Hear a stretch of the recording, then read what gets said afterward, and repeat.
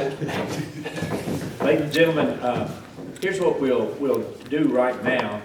We had previously scheduled a Ripley Power Board meeting for tonight. We have a note from the superintendent that he will not be able to attend tonight. So he did leave us some notes, and I think what we'll do is just for the record and for public notice on this, I'll just go through these quickly. Now, what this is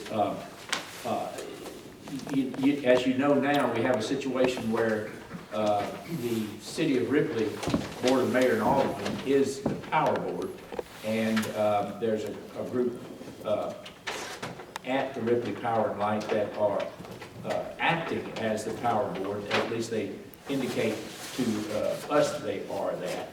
But I think it's important that we just let the public know what kind of business is going on, because this may have to be ratified by the Board of Mayor and Aldermen as the Power Board at some point in time.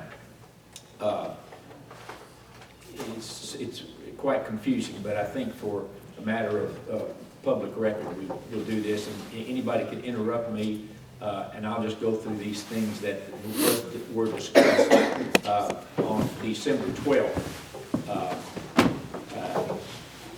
Kenny Parham was named as secretary, replacing Minnie Stowe. That group reviewed applications for board positions who were filed. Kenny Parham, 4-year term. Linda Love or Dwight Beard filling the remainder of Minnie Stowe's term. And they recommended sending all 3 applications to the city board for appointment consideration. Actually, would be to the mayor. They reported to accept a bid from Power Grid for the East Industrial Park substation. For their bid was $198,000. The RPL pension actuary report was acknowledged, and they acknowledged the yearly contribution would go up to meet the 10-year goal of being 100% funded. That, as you might record, that plan covers 27 active employees, 17 retired employees, and 3 vested participants who no longer work for RPL. Remember, that was the which shows in the latest report from the actuary of the accountant that it was a $1 million contribution to that plan. They also talked about a revenue anticipation note that was to be signed and filed with the IRS, declaring the official intent for reimbursement of certain capital expenditures. This is done by the organization in charge usually. They reviewed a Silicon Ranch Mount Pleasant solar project, which Superintendent Aldermen and I and the lawyer for this project have discussed concerning a project with 2 or 3 other municipalities or counties that would be a 20 to 30-year contract with TVA. They also acknowledged receipt of almost $4.5 million, $4,491,000 from Silicon Ranch for equipment purchases and operation for the Ripley Solar project.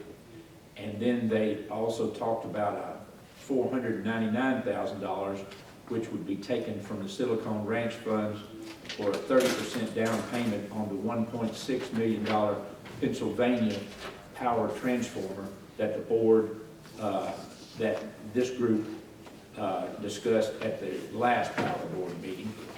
They also discussed making repairs and epoxying the floor in the RPL 73,500 foot square warehouse.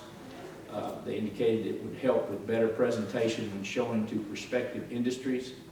The superintendent indicated he talked to Mayor Gaines, the county mayor, about the possibility of receiving a grant to complete the project. Those were the items that were discussed with this group, by this group on December 12th. And I call these to the attention of this board because there may be some need for ratification at a formal discussion meeting, and we certainly would want the superintendent there when we had that discussion. And then there was a call meeting on 12/30/24 by this same group. There was further consideration of what I just talked as the Mount Pleasant Silicon Ranch solar project, and there was agreement on by that group to revisit this issue once TVA had completed their agreement in the event the offer was still available. So for your board members' edification and also for the public, just thought it would be an opportune time to discuss these things. So we will get with the superintendent and do that and have it. Okay, this meeting will stand adjourned, and we will then start up at about 6 o'clock and have our regular monthly meeting.